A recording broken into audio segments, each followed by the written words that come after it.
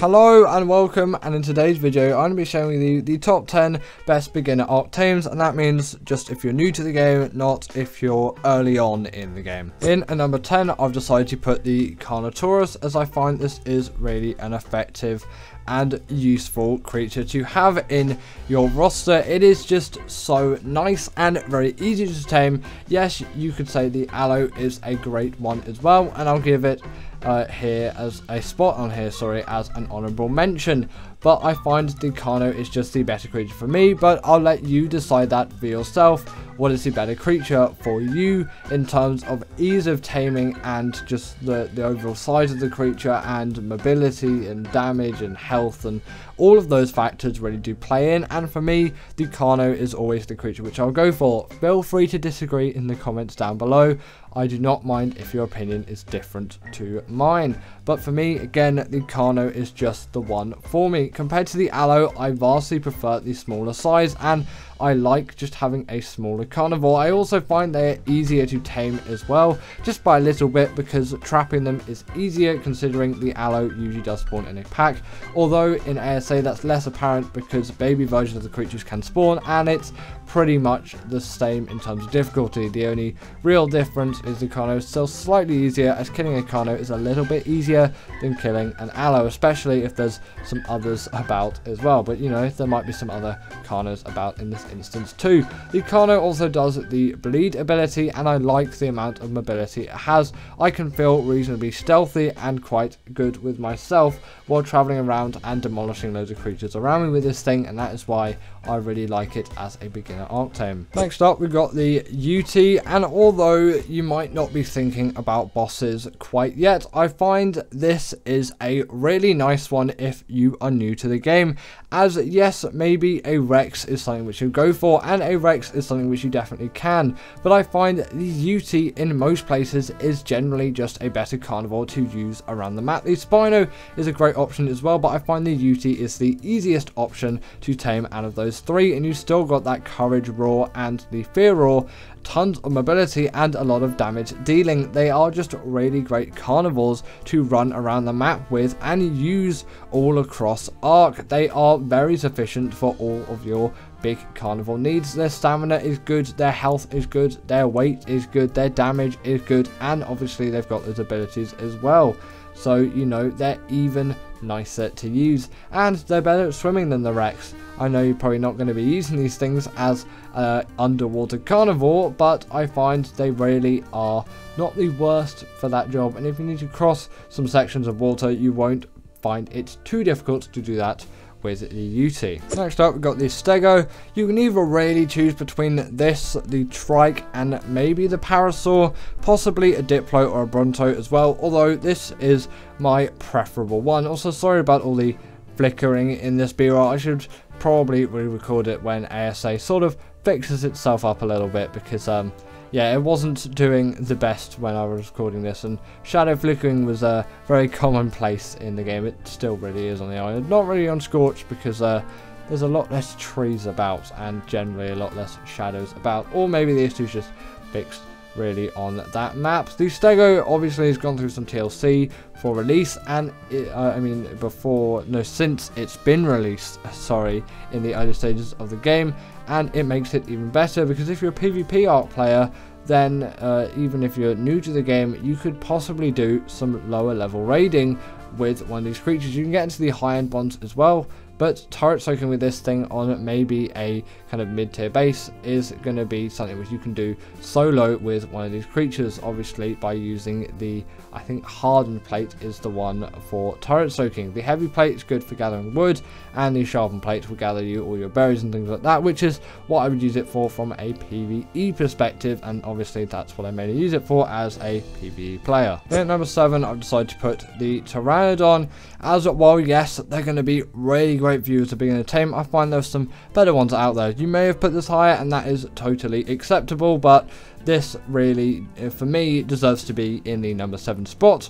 No higher or no lower. It is a very easy fly to tame, probably the easiest kind of really good traveling mount out there to tame, just apart from one creature, which has actually made it right the way into the #1 spot because I find it's better and it's even easier to tame than this thing.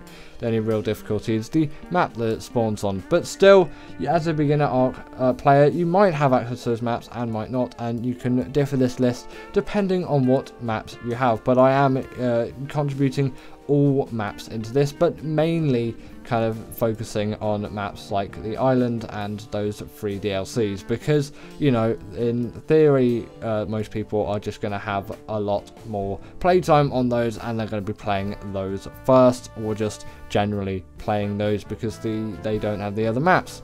Then the real difficulty for this is the saddle. The chitin or keratin can be a little bit difficult to get. I find go with chitin, it tends to be easier. Just kill any kind of insects that you can find around, the small ones like the Titanomira and the Meganeura, and you'll have a good time with getting that chitin. You can obviously get it through keratin as well from the carb enemies, which are the turtles you'll find on the beaches, but go through insects because you'll get it done a lot faster, and obviously they take a lot less time to kill. I wasn't really quite that knowledgeable back in like 2015, 2016. But at least I do know that now. Obviously the Pteranodon is very easy to tame. Bowler it and either use a club or some tranks. Club if it's a low level, tranks if it is a higher one, and then saddle it up and you get yourself a fast, agile flyer, which can be used for both PvE and PvP scenarios. The Thler maybe you wouldn't think of as a beginner tame, but trust me, if you take your precautions properly, you can get this creature tamed properly, well and efficiently. If you have yourself access to the Thler saddle, which I think is in the level 40 or 50 range, as far as I'm concerned, you can obviously check that as well. Then this creature is really going to be just great for you to have, as the trap can be very simply made with some wood and then simply trank it out when it's in the trap. Obviously look for one on the redwood trees. You'll probably want yourself a Pteranodon as well, or just a flyer to get around. You can do it on foot with some other creatures, but I find a Pteranodon is quite an easy and effective creature to use to tame one. Then once you've got it into said trap, then trank it out. Obviously make sure you've got some armor on too, at least chitin really, because you don't want to be killing yourself in a scenario like this. Put some sleeping bags down if you're not sure if you will survive, because they're going to come in real handy. So you don't have to go back all the way to your base, and you might not have another Pteranodon lying around, so it's going to be a long while until you get back to the redwoods, and that Pteranodon might die as well because you can't get back to it in time. But then once you've tamed one, you've got yourself one of the best, if not the best creature really on the island, just for everything in general. Obviously it's no berry gatherer, but it still can deal the bleed ability, and it can climb any kind of wall or vertical surface. It is extremely mobile and generally an all-round great caving and carnivore to have in your roster. It is an amazing creature, and I really do like people that use a creature like this, and I like using a creature like this. It really is a good one, which actually, if you prepare for it, beginners can actually do it with relative ease. In number 5, we have got ourselves the Bionic, and this is going to be the best caving creature out there for you. Yes, I said the Thler was good. The Saber can also do some stuff as well, but the Barry is really going to be the one you're going to look out for when it comes to caving. Again, you might not be thinking about that yet, but trust me, get one of these things, they'll be great for caving. They have the health, stamina and agility to get through those things, and on top of that as well, they are the right size to fit into all of them, really, apart from the artifact of the Skylord Cave. Don't even try bringing any creature into that. You're gonna have to do that one on foot. They also just are great creatures for general mobility around the map as well. They can get a lot done when it comes to travel, not quite as much as the Thler, but they can jump around, and they are really good swimmers, which the Thler really can't justify. Also, I do find they're a little bit easier to tame too. Their special ability while underwater is the fact that they can do a spin attack, stunning creatures up to the size of a Megalodon, and that makes them really good for the underwater caves as well, which again, you may not be thinking about. Don't know why I said it twice, but either way, yeah, you might not be thinking about that yet, but trust me, that time will come at some point, and it's just better to prepare first, and you can still use these things for a great traveling mount and combat creature. Next up, I've decided to put the Crystal Wyverns on the list, and yes, the Wyvern does deserve some attention and a lot of respect, but if you do have Crystal Isles, which is a free DLC, obviously Raasclark is as well, so you can have access to the Wyverns for free, then hop on Crystal Isles and get yourself some Crystal Wyverns. You do need to be level 60, so get yourself a note run done. If you don't know how to do that, look up, there will be some simple tutorials online for note runs that you can do on Crystal Isles. Trust me, it will be easy, you'll have no issues doing that whatsoever. Then get yourself some Trank Arrows and probably a sufficient trap to trap one of these Wyverns, then obviously you're going to knock it out and get that Primal Crystal. Then find a Crystal Wyvern, which you'll find to be the most desirable for you. For my preference, it is Blood Crystal Wyverns, but you might like the Emerald Crystal Wyverns or the Tropical Crystal Wyverns more. Just pick whichever one is most appealing to you. Then there's a specific spot you can go on its back, kind of where you would ride it and get onto that spot of it, and then you know, just press E and it's going to start passive taming, and you can just stay on that spot, and then every time it tells you to feed it, keep pressing E, and then eventually you'll tame this thing. Make sure you have enough Primal Crystal though, because that can be a little bit of a difficulty. Always use the app Dodo Dex if you're unsure of what you're going to need for taming. It's not going to be the most accurate thing in the world, but it will give you quite a good assumption for what you can expect. So overestimate that a little bit and then you should be fine. But yes, they're the Wyverns, but just so much easier to tame, and I find their elemental abilities are even better, and they're not really difficult to tame. In number 3, I've decided to put the Deinonychus. Again, you might not think of this as a tame that you can get quite early on as a beginner, but still, these things are really easy. Go onto Valguero if you haven't already and get some of these things spawn in the Chalk Cliffs biome. I'm not actually sure what spawn point it is, but you know, it's the biome that looks like this. I'm pretty sure it's quite central. It's sort of near the big lake that's in the middle of the map. Then you're going to want to find yourself some Deinonychus nests. Kind of make sure you have a grappling hook, or actually you can just kamikaze, go in and then try and run out, and then wherever you die, then just pick up your body from there and get out and go to your base. Then just put some torches around this egg and raise this thing, and then obviously have sufficient meat at the time to bring this thing up. They really aren't very difficult. You don't have to worry about imprint and all of that yet. They're not going to be used for boss fighting when you're first getting them. Once you've got that saddle though, you can really use these things as great carnivores to travel around the map with, and once you've got a nice breeding pair, you don't have to worry about taming them this way anymore. And then obviously you can worry about imprints and all of that when you start getting these creatures ready for doing your boss fights, as they'll have a better chance if obviously they've been fully imprinted, and it's just going to help their stats all round. They also take no fall damage, which is just great for their traveling, and like the Thler, they can scale any kind of wall or vertical surface. They really are good tames for traveling, and I love them for this use. And considering how easy they are to tame, for all you beginners out there, really go on Valguero and tame one of these things, because you will definitely not regret it. And you can always just transfer it onto whatever map maybe you're trying on a little bit more, because Valguero might not be your main map at your time. In number 2, I've decided to put the Argentavis, as I find this is just generally a really great creature all round.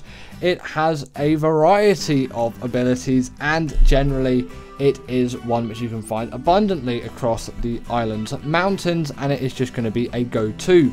You may not consider it as a beginner tame again for the saddle level, which I think is 61, something around that, but trust me, with note runners you can get there pretty quickly, and you can still be a beginner to the game and get into the level 60s.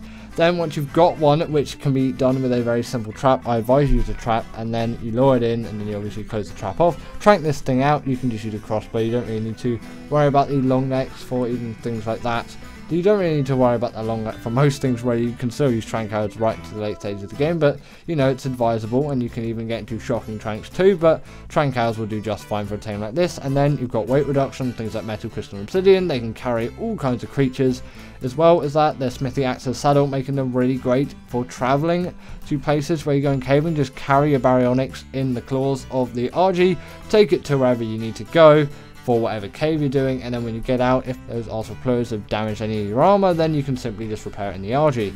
Also, if your RG is low in health, you can always eat something and not in your inventory explicitly, but just eat a dead creature, or just kill a creature and eat it once it's dead, and then you're going to get yourself a nice regen buff, and it will definitely come in handy. And at number 1, I'm deciding to put the Mwing, as I find, considering its saddle is unlocked at level 18, it is absolutely insane how good this is as a glider. And yes, you may not have Gen 2 at your disposal, and that is perfectly okay. You can always moderate the list and get something like the RG or the Crystal Wyvern or the Deinonychus for all of those needs, but I just find they are just so good at gliding, I do have to warrant putting them in at the number 1 spot. They are the best travel mounts in the game in my opinion, and they're so easy to tame.